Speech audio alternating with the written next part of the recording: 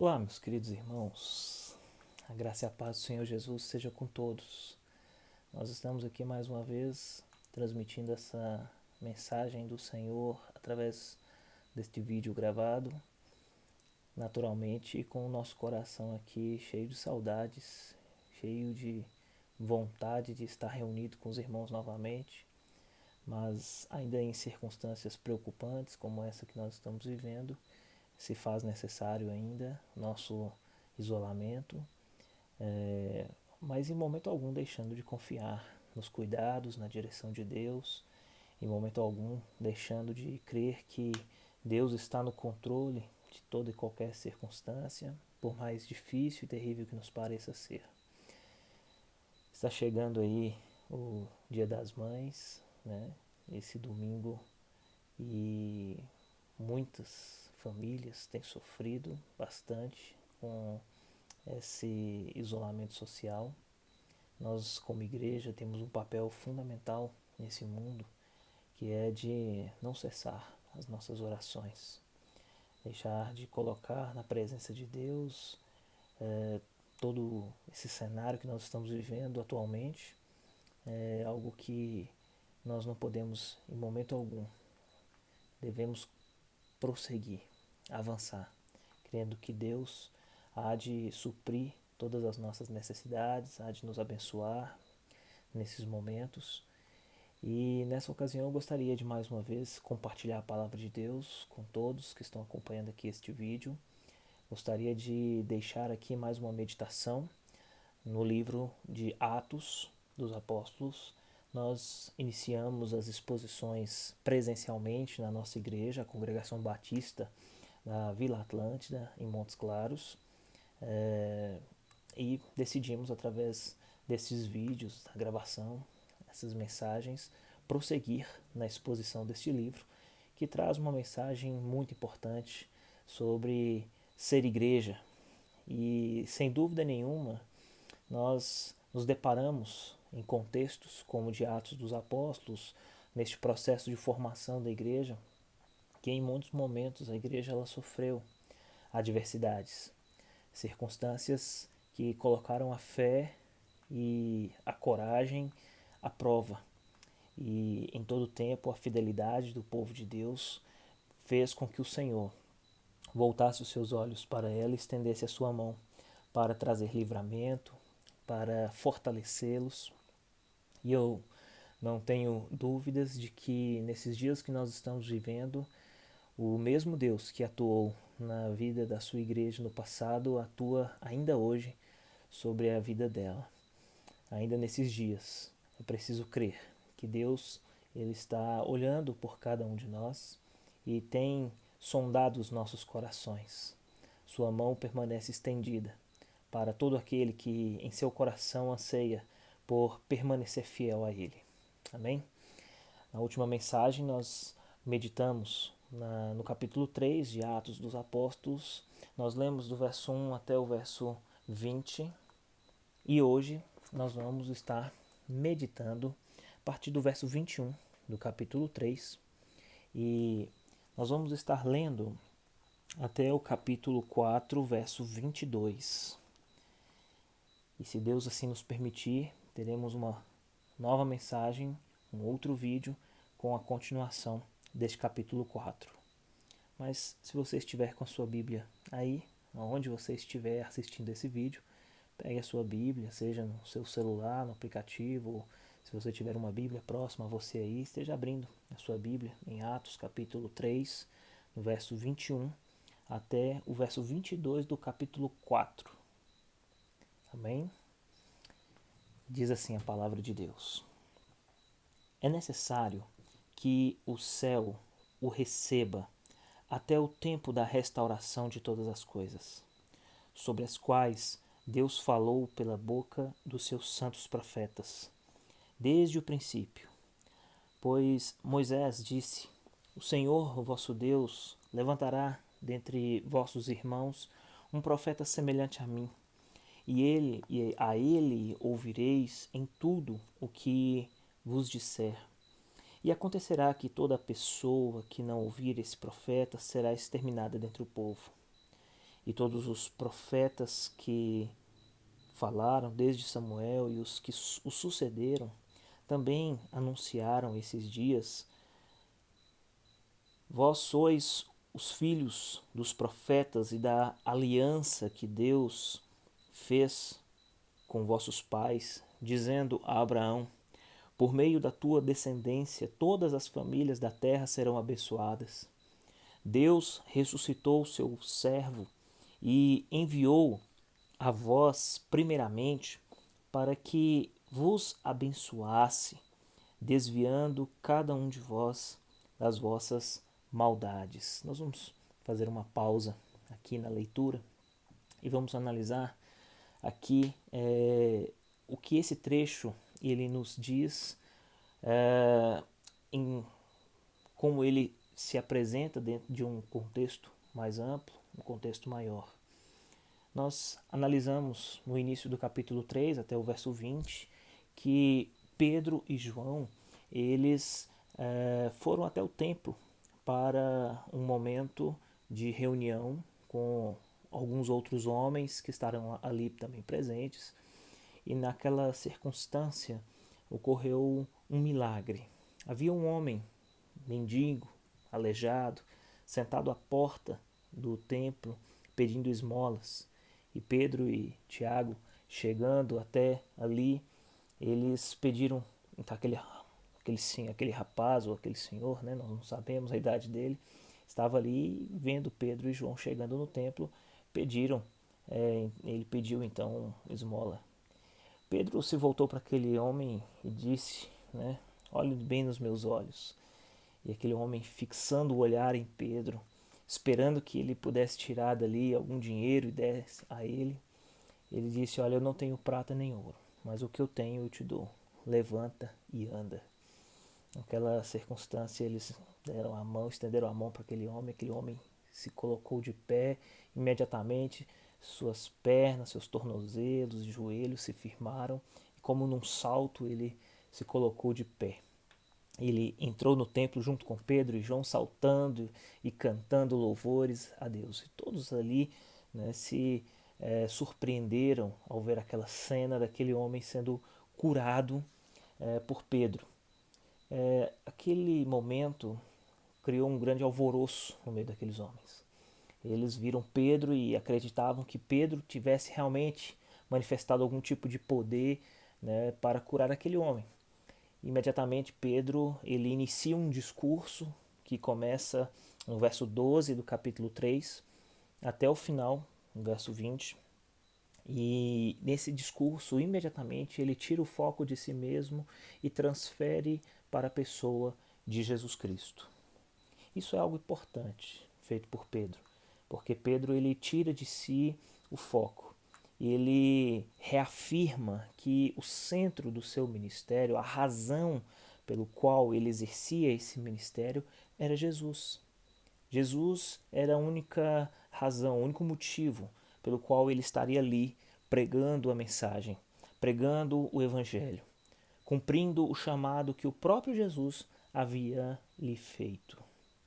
Esse momento é um momento importante dentro do texto. A reafirmação do apóstolo Pedro, de João, sobre a pessoa de Jesus como o centro, como a parte mais importante da nossa vida cristã, do nosso ministério.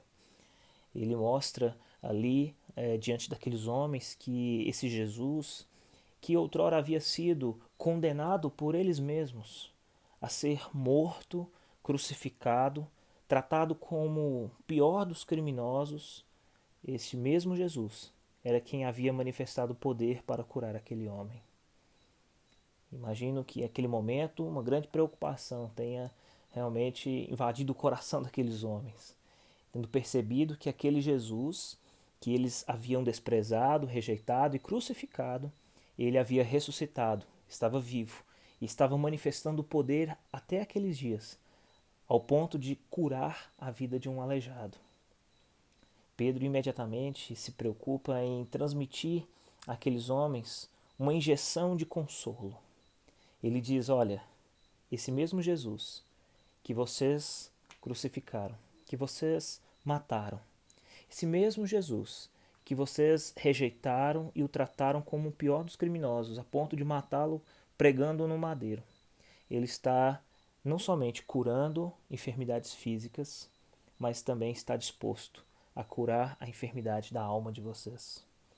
Ele está disposto a perdoar os seus pecados, a apagar todas as suas transgressões e reconciliá-los com Deus, trazendo paz em seus corações.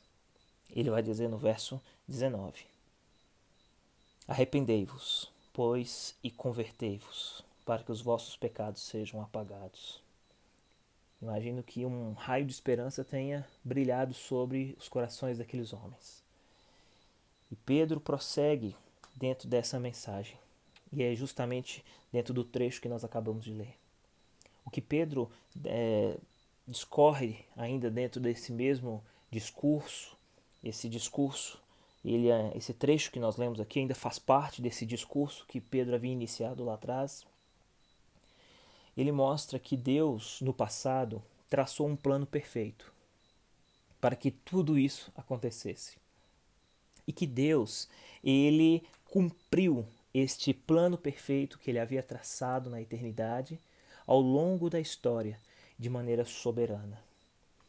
Que todas as coisas que aconteceram já haviam sido previstas.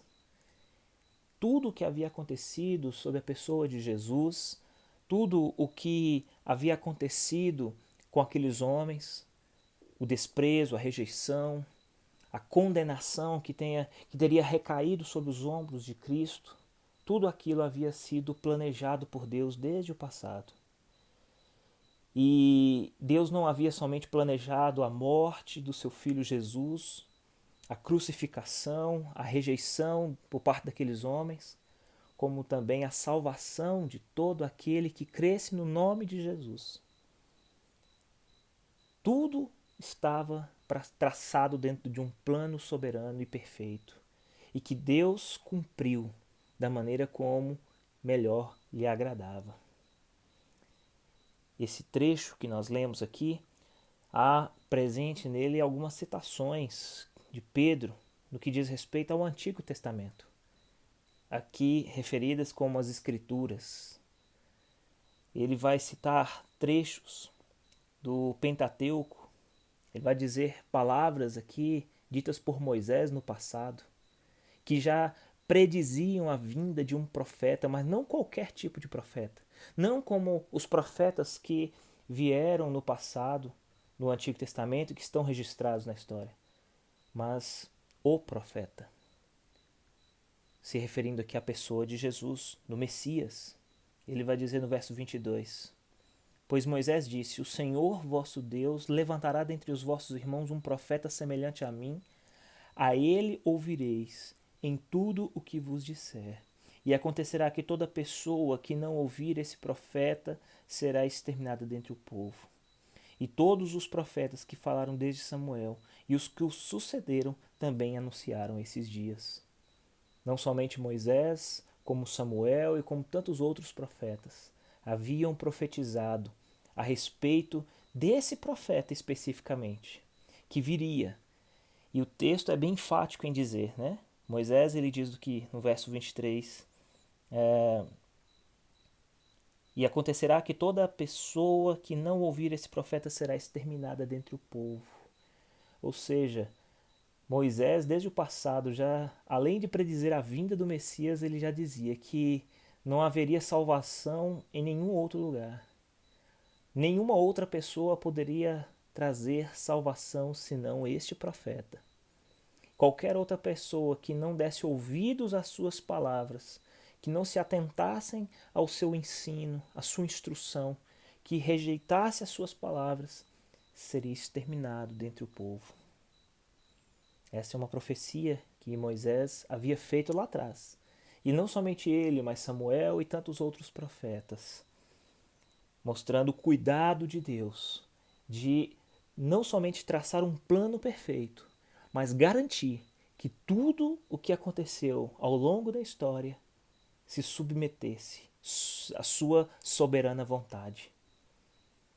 A vontade de Deus, ela é cumprida conforme ele mesmo havia planejado tudo.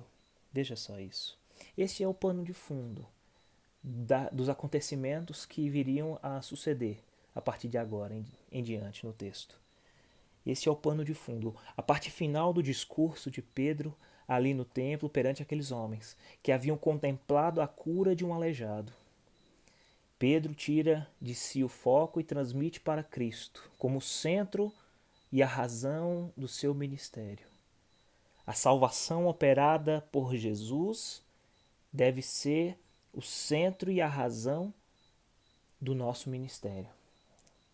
E isso é indiscutível. Está bem claro para nós aqui dentro do texto. Mas, diante desse pano de fundo, nós vamos ver agora o que vai acontecer na história, né? Vamos iniciar o capítulo 4. Vamos ler até o verso 12. Veja só. Enquanto eles ainda estavam falando ao povo, chegaram os sacerdotes, o capitão dos guardas do templo e os saduceus. Muitos incomodados porque os discípulos ensinavam o povo e anunciavam em Jesus a ressurreição dentre os mortos. Isso na mente dos líderes religiosos daquela época era algo inadmissível. Porque se Jesus, de fato, tivesse ressuscitado dentre os mortos, isso o credenciava como o Messias verdadeiro. Portanto, sendo o Messias, ele seria o justo juiz e um dia voltaria para decretar o seu juízo sobre todos aqueles que o rejeitaram. E não era exatamente essa notícia que os líderes religiosos daquela época gostariam de ouvir, sem dúvida nenhuma. Eles logo se preocuparam, porque, naturalmente, uma grande parcela daquelas pessoas que estavam ali estavam dando ouvidos aos ensinos e à instrução que os apóstolos estavam transmitindo sobre a pessoa de Jesus. Verso 3. Então os prenderam e o colocaram na prisão até o dia seguinte, pois já era tarde. Contudo, muitos dos que ouviram a palavra creram. E o número dos homens que creram aumentou quase 5.000. Veja só isso. Meus irmãos, o que nós estamos percebendo aqui nesse texto é a suficiência das Escrituras sendo creditada. O que nós estamos percebendo aqui é que somente a pregação bíblica, cristocêntrica, ela se faz necessária e plenamente suficiente para a transformação da vida humana. Não há necessidades de métodos, de estratégias, de qualquer outro discurso que seja diferente deste que está sendo feito pelos apóstolos aqui. Pedro nada fez conhecer aqueles homens senão o sacrifício de Cristo, a sua morte e ressurreição, aquilo que ele operou entre os homens e que ainda operava através da vida deles após a sua ressurreição. Pedro, ele faz um sermão cristocêntrico, ele exalta a suficiência da fé em Jesus Cristo para a salvação, e isso é mais do que suficiente para atingir os corações que estão perdidos e trazer a eles ali a luz em meio às trevas, para que aqueles homens compreendessem essas verdades e abrissem seus corações e se rendessem a esse Jesus. E ele prossegue dizendo: no dia seguinte, reuniram-se em Jerusalém as autoridades, os líderes religiosos e os escribas, e também o sumo sacerdote Anás, Caifás, João, Alexandre e todos os parentes do sumo sacerdote. E colocando-os diante de si, perguntaram-lhes: com que poder ou em nome de quem fizestes isso? Então Pedro, cheio do Espírito Santo, lhes disse: autoridades do povo e vós, líderes religiosos, se hoje somos questionados acerca do benefício feito a um doente e pelo modo como foi curado, seja do conhecimento de todos vós e de todo o povo de Israel que, em nome de Jesus Cristo, o Nazareno, aquele a quem crucificaste e a quem Deus ressuscitou dentre os mortos, sim, por meio desse nome, este nome está aqui com boa saúde. Este homem está aqui com boa saúde diante de vós. Este Jesus é a pedra rejeitada por todos vós, os construtores, a qual foi colocada como pedra angular. E não há salvação em nenhum outro, pois debaixo do céu não há outro nome entre os homens pelo qual devamos ser salvos. Meus irmãos, eu preciso aqui glorificar e exaltar ao nosso Senhor Jesus Cristo, porque é a base, o alicerce, a pedra angular sobre a qual a igreja está fundamentada e sobre quem nossos ministérios pastorais estão firmados. Não há aqui nenhum outro a quem nós devamos exaltar sobremaneira, senão a Jesus Cristo. O que nós percebemos aqui dentro desse texto, meus irmãos, é que os apóstolos estavam cheios do Espírito Santo. É o que o texto diz, verso 8. Então Pedro, cheio do Espírito Santo, lhes disse. E todo o discurso de Pedro perante o sinédrio, perante aqueles líderes religiosos, foi unicamente exaltar a pessoa de Jesus. Isso me ensina muito, que uma vida cheia do Espírito Santo não é uma vida repleta de gritaria, de pulos, de cambalhotas, de qualquer outra coisa, senão um testemunho autêntico, fidedigno, um testemunho corajoso a respeito de Jesus Cristo, de quem Ele é e o que Ele fez por nós. Isso sim é o sinal de uma vida cheia do Espírito Santo. Alguém que dá um verdadeiro testemunho de Jesus. Afinal de contas, este é o papel do Espírito Santo. Dar um testemunho autêntico de Jesus Cristo. Então todo aquele que diante dos homens confessa o nome do Senhor Jesus Cristo, que defende o nome do Senhor Jesus Cristo, que não tem vergonha de proclamar e anunciar e dizer que com toda a sua alma, com todo o seu espírito, ele crê fielmente em Jesus, ele está, sim, cheio do Espírito Santo.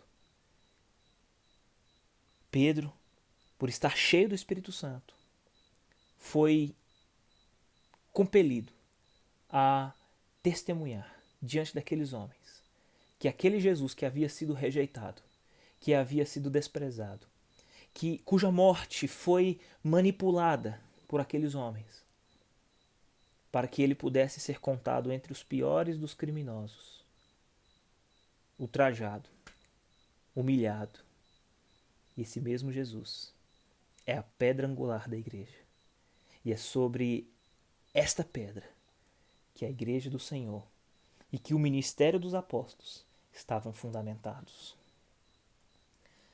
Meus irmãos, nós aprendemos aqui que coragem e persistência na proclamação do Evangelho, no testemunho autêntico do nome de Jesus Cristo perante os homens, deve ser o cerne do nosso ministério. É o que deve nos motivar, é o que deve nos dirigir. Coragem e persistência para testemunhar a respeito de Jesus. Não podemos perder tempo pregando outras mensagens que elevam o homem, que massageiam o seu ego, mensagens que tentam colocar o homem no centro, como protagonista da sua própria mudança e transformação. Não é esse o discurso que nós devemos nos ocupar. Estaremos desperdiçando nossa vida, nosso ministério, estaremos desperdiçando o chamado de Deus e o privilégio de poder portar este nome. Um nome que está sobre todo nome. Um dia todo joelho vai se dobrar e toda língua irá confessar que Jesus Cristo é o Senhor. Ele recebeu toda a autoridade, todo o poder e está assentado no alto e sublime trono. Nós estamos aqui nesse mundo como embaixadores, representantes deste Rei, deste Senhor, deste Salvador e Messias. Não podemos nos ocupar ou dedicar a nossa vida a qualquer outra mensagem senão a proclamação do nome de Cristo como Salvador e Senhor das nossas vidas. Pedro, desde o princípio, ele não teve medo. Da mesma forma como ele discursava para aqueles homens dentro do templo, tirando de si o foco perante o milagre ali ocorrido e transmitindo para Cristo como centro das atenções daqueles homens, eles foram presos, levados perante o Sinédrio. E diante dos líderes religiosos do Sinédrio, o discurso foi o mesmo. Eles não mudaram. Eles não apaziguaram ou amenizaram o seu discurso. Eles ainda anunciaram Cristo como Senhor e como Salvador. E estava ali ao lado deles uma testemunha, alguém que havia sido curado. E aquele homem que havia sido curado, que outrora era um aleijado, mas que agora estava ali de pé, louvando a Deus por aquilo que havia ocorrido com ele, estava ali servindo como uma prova viva de que tudo aquilo que os apóstolos estavam dizendo era verdade. Diante deste cenário, nós vamos prosseguir e finalizar aqui a nossa meditação, entendendo agora o que de fato haveria de acontecer. A partir do verso 13 em diante. Veja só o que está dizendo. Observando a coragem de Pedro e de João, e percebendo que eram homens simples e sem erudição, eles se admiravam e reconheceram que eles haviam convivido com Jesus. Uma observação apenas. O texto está dizendo que eles eram homens simples e sem erudição. A minha tradução aqui, Almeida século XXI, traz dessa forma. Outras traduções vão dizer que eram homens indoutos. Alguns vão dizer que esses apóstolos, Pedro e João, por serem pescadores, eram quase que semi-analfabetos. Isso não é verdade.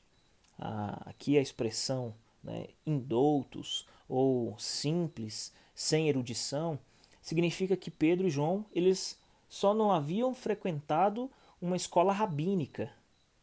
Ou seja, o nível de escolaridade deles era de alguém comum, de um judeu comum daquela época. A diferença básica é que eles não haviam frequentado ainda, ou não tinham frequentado, uma escola rabínica. Ou seja, eles não haviam recebido treinamento para se tornar um mestre, um rabi, um fariseu, alguém que estivesse no alto escalão da liderança religiosa daquela época. Mas, apesar de ter uma escolaridade comum a todo judeu daquela época, eram pessoas que tinham bastante propriedade nas suas palavras. E essa propriedade nas suas palavras fez com que aqueles homens percebessem que, de fato, tanto Pedro quanto João haviam no passado convivido, de fato, com Jesus Cristo. Verso 15. Verso 14, vai dizer assim: E vendo com eles, em pé, o homem que havia sido curado, nada tinham para dizer em contrário. Todavia, depois de mandá-lo sair do sinédrio, começaram a debater entre si, dizendo: Que faremos com esses homens? Porque todos os que habitam em Jerusalém sabem o que foi feito, ou que foi feito um sinal, um milagre, evidente por meio deles, e não podemos negar. Mas, para que isso não se divulgue mais entre o povo, vamos ameaçá-los, para que, de agora em diante, a ninguém mais falem nesse nome. Percebe que o problema aqui é esse nome. Que nome é esse? O nome de Jesus. E esse nome, de fato, traz intriga entre as pessoas. E chamando-os, ordenaram-lhes expressamente que não falassem nem ensinassem em nome de Jesus. Mas respondendo Pedro e João, ousados, corajosos, lhes disseram: Julgai se é justo diante de Deus dar ouvidos a vós e não a Deus? Pois não podemos deixar de falar das coisas que vimos e ouvimos. Mas eles os ameaçaram ainda mais E não achando motivo para castigá-los, soltaram-nos por causa do povo, porque todos glorificavam a Deus pelo que acontecera, pois o homem em quem se operara a cura miraculosa tinha mais de 40 anos. Olha só isso. Nós vamos perceber aqui que esses apóstolos, né, tanto Pedro quanto João, estavam tão convictos e tão cheios do Espírito Santo que nada era capaz de fazê-los recuar. Eles não poderiam, em momento algum, sob nenhuma condição, renunciar à verdade de que Cristo Jesus era de fato o Senhor, o Messias, o Salvador, e que havia ressuscitado. Isso era algo que estava tão presente no seu coração que eles estavam dispostos a confiar nas mãos desse Deus com sua própria vida. Eles não temiam o que de fato viesse a acontecer com eles. Eles simplesmente se entregaram de corpo e alma a essa mensagem. O que nós estamos presenciando aqui dentro dessa leitura configura-se aqui a primeira perseguição registrada na Bíblia sobre os cristãos. Nós vamos encontrar ao longo do livro de Atos dos Apóstolos mais 5 outras perseguições. Foram aproximadamente 6 que o livro de Atos nos registra aqui, perseguições à igreja e aos cristãos. Esta seria a primeira delas. E nós já percebemos que aqui a coragem, a confiança e a dedicação, a entrega a essa mensagem era visível, era algo real, era algo que os motivava a ser fiéis a essa mensagem. Outro detalhe importante, como eu disse aqui anteriormente, o grande problema é o nome de Jesus. Você já percebeu que em muitos momentos, quando você está reunido com a sua família, que muitas vezes não compartilha da mesma fé que você, às vezes você está no ambiente de trabalho com pessoas que também não compartilham da mesma fé que você, e todo o discurso, toda a conversa, todo o bate-papo, ele está agradável até um certo ponto. Até o ponto em que se coloca no meio da conversa o nome de Jesus. Pois basta experimentar. Coloque o nome de Jesus no meio dessa conversa, desse bate-papo, e veja o que acontece. Imediatamente vai aparecer ali no meio daquele círculo um desconforto, vai aparecer ali, né, um desejo de talvez sair, de mudar de assunto. O nome de Jesus, ele sempre gerou desconforto entre as pessoas, sempre causou intriga. As pessoas sempre discutiam, criou-se até um jargão, né, sobre política e religião, ninguém se discute. Às vezes você chega e fala de Jesus para uma pessoa e a pessoa fala assim, olha, eu não vou mudar de religião, não quero conversar sobre religião. As pessoas naturalmente associam o nome de Jesus com religião. Isso já gera um desconforto, uma briga, uma insatisfação. E às vezes você nem falou de religião, você está falando de Jesus e a pessoa já fala assim, eu não quero falar de religião. É assim. O nome de Jesus é dessa forma. As pessoas reagem sempre assim, com contradição, com divergências, com desconfortos. O nome de Jesus era um problema, porque aqueles homens, aqueles líderes religiosos haviam tramado a morte de Jesus. Jesus havia sido um líder influente, Jesus havia trazido para perto de si uma grande multidão. E agora, mais uma vez, eles estavam vendo que mesmo depois da morte de Jesus, aquele nome, Jesus, ainda influenciava uma multidão. Havia um numeroso público do lado de fora, aguardando o desfecho do julgamento de Pedro e de João.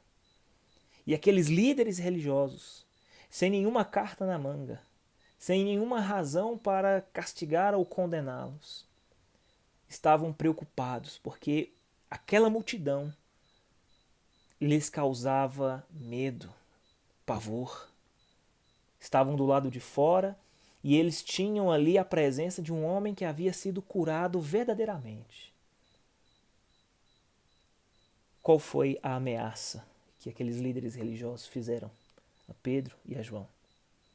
Eles ordenaram expressamente que não falassem nem ensinassem em nome de Jesus. E qual foi a postura que Pedro e João eles adotaram diante daqueles líderes religiosos? Eles disseram: julgai se é justo diante de Deus dar ouvidos a vós e não a Deus, pois não podemos deixar de falar das coisas que vimos e ouvimos. Quantos de nós, irmãos, temos experiências com o Senhor Jesus na nossa vida? Ao longo da história, todos nós aqui conhecemos a nossa própria história. Aquilo que Deus fez com cada um de nós, os livramentos, o perdão de pecados, a restauração de vida, a restauração de filhos, maridos, esposas, o sustento diário, o suprimento de cada necessidade. Nós temos visto a poderosa mão de Deus agir em nosso favor. E na primeira oportunidade que nós temos, diante de uma aparente contradição, diante de um infortúnio, diante de uma ameaça externa, de que maneira nós nos comportamos para com o nome de Jesus? Às vezes recuamos, perdemos a oportunidade de dizer a todos que estão à nossa volta que nós cremos e vivemos para a glória desse Jesus. Às vezes deixamos de dar o verdadeiro testemunho que deveríamos. Me recordo aqui da oportunidade em que Pedro, diante de Jesus, havia o exaltado, como o verdadeiro Filho de Deus. E Jesus chega para Pedro e diz: olha, Pedro, vai haver uma circunstância em que você me negará. E você fará isso 3 vezes antes que o galo cante. Pedro não acreditou. Sabe o que aconteceu? 3 vezes confrontaram Pedro como um seguidor de Jesus. E o que ele disse? Não, você está me confundindo com outro. Não sou eu esse seguidor de Jesus. Não sou um deles. E o galo cantou. E Pedro chorou amargamente. Ao que tudo indica, pelo menos, sobre essa lição, Pedro parece ter aprendido. Porque ele não negou. Diante da cura daquele homem, ele não chamou para si como o centro das atenções, como o meio por onde o poder fluiu para curar aquele homem. Não. Diante da cura daquele homem, Pedro buscou a glória de Cristo, apontar para Cristo, chamar a atenção do povo para Cristo. E agora, diante daqueles líderes religiosos que tanto o ameaçavam, Pedro apontou novamente para Cristo e disse: Ele é o Senhor. Nós vimos e ouvimos, e diante de tais experiências, não podemos renunciar, não podemos negar. Viveremos as nossas vidas para dar um testemunho autêntico desse Jesus. Meus queridos irmãos, que mensagem poderosa falou ao meu coração. Esta que eu pude ler e meditar hoje, e confesso que cada circunstância que nós vivemos, cada momento em que nós vivenciamos nesses dias, é uma oportunidade que o Senhor nos dá de glorificar ao único que é digno de receber a honra e a glória e todo o louvor. Espero que também esse seja o desejo do seu coração. Espero que você possa viver os seus dias, independente das circunstâncias, sempre louvando e exaltando a esse Deus que desde a eternidade no passado tem traçado cuidadosamente os seus planos e feito com que os seus planos se cumpram sobre as nossas vidas, de maneira que hoje nós possamos ter esperança de vida eterna, esperança de salvação. Se hoje podemos dizer que se os nossos olhos se fecharem aqui na terra, irão se abrir lá no céu, é porque Cristo pagou um alto preço pela nossa vida.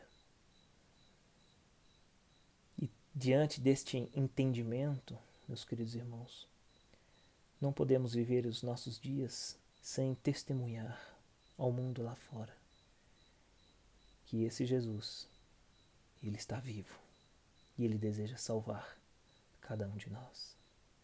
Amém? Deus abençoe a sua vida.